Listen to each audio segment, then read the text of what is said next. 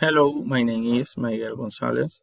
I live in La Guajira department with a lot of biodiversity in this department, and so you can find land space with many forests and the north with a desert land space. But it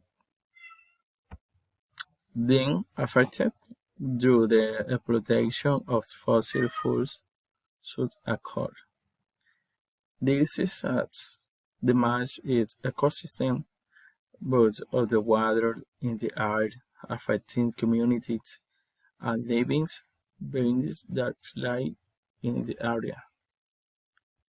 In recent years, an energy transition has been implemented which consists of taking advances of wind and solar energy sources to supplement the energy generation needs in departments.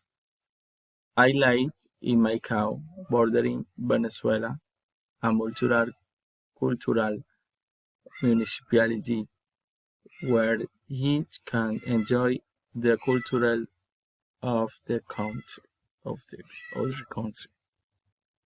Thank you.